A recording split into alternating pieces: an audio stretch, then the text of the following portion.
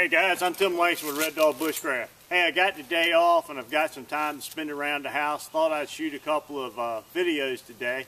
So I'm going to do an introduction here to a couple of different ones. So if you notice that I'm dressed the same in all of the headings today, you'll know why. I'm trying to shoot the intros into several of them. First thing I want to get started on is I want to build a fire. I'm going to cook some venison here over the campfire for lunch today. I've had some questions about starting a fire in a fire pit versus out in the wild, and I've got some debris here from the yard.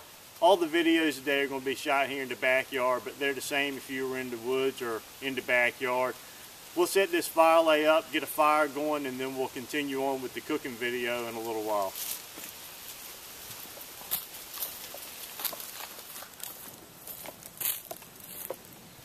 Alright guys, we got the fire about burned down here. We got a good hot bed of coals and we've got plenty of heat to cook up that venison, so let's get started. Man, these shadows and glare are terrible. I hope you can see this, but anyway, we're going to take a piece of aluminum foil here. We're going to cook some tenderloin in two different ways. The first way we're going to do it is we're just going to take a spoonful of this lard, and this is just regular old pork lard, and put that on our aluminum foil. And then this is actually a piece of the neck meat, the end of the tenderloin that runs up into the neck. And we're just going to wrap that up, just simply fold it over the top about 3 times.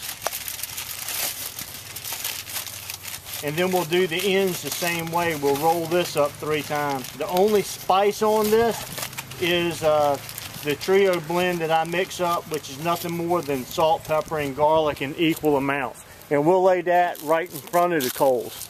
The other piece I have over here, we're going to take this nice piece of tenderloin, and we're going to simply take our squirrel cooker here, and we're going to put that right through and skewer that piece of meat, and we'll just set that right over top, right in front of our fire. So let's walk over to our fire pit and we'll get that on the cook. Okay, nothing fancy here. We'll just take our tenderloin. Man, that fire's hot. Turn that a little bit. Well, see if I can get that in. There we go. We're going to set that out in front of the fire here a little bit, and we'll take our foil pouch and we'll just lay that up there in the coals right there in the front of the fire. We'll keep that tenderloin turned every once in a while and let that slow cook.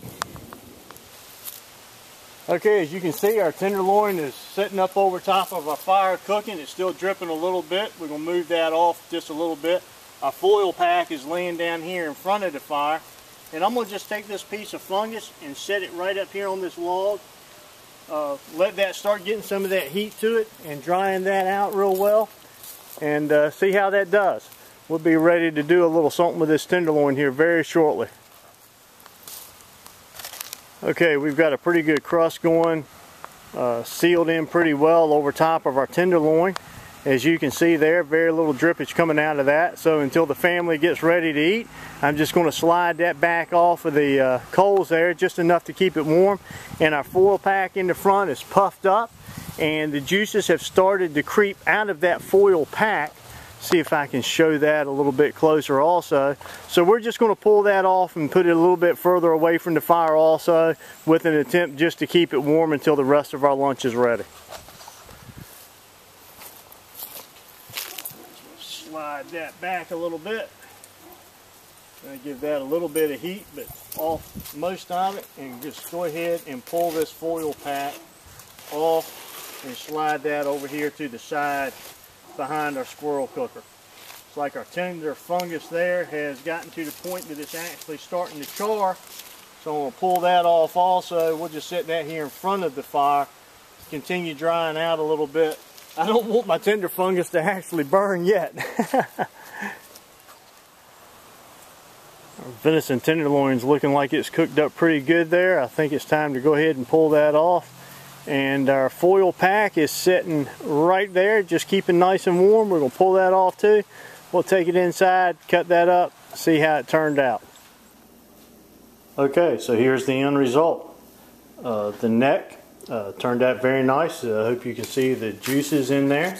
That looks absolutely wonderful. And here is the venison with just a slight bit of pink running through the center, which is just right. You do not want to overcook that tenderloin. It will make it dry and tough. And here's the final plating, just the way I like it. Meat, starch, and starch. All right, do I really need to test it in front of you? I guess so. I got to tease you a little bit. All right, so how did it turn out in the end?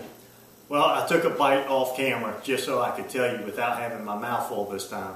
But the outside is dry, a little bit smoky, very good flavor. That was just cooked over a oak fire. The inside is moist. It being just a little bit pink on the inside really did add to the moisture of this particular dish, especially just cooked over that squirrel cooker. The neck part of the tenderloin that was cooked in the foil pack came out very juicy. That's the way my son likes it. And it has just a hint of that lard flavor to it. I think you'll really enjoy this. Salt, pepper, garlic, a little bit of oils. Can't beat it. I'm Tim Langston with Red Dog Bushcraft. Until next time, God bless.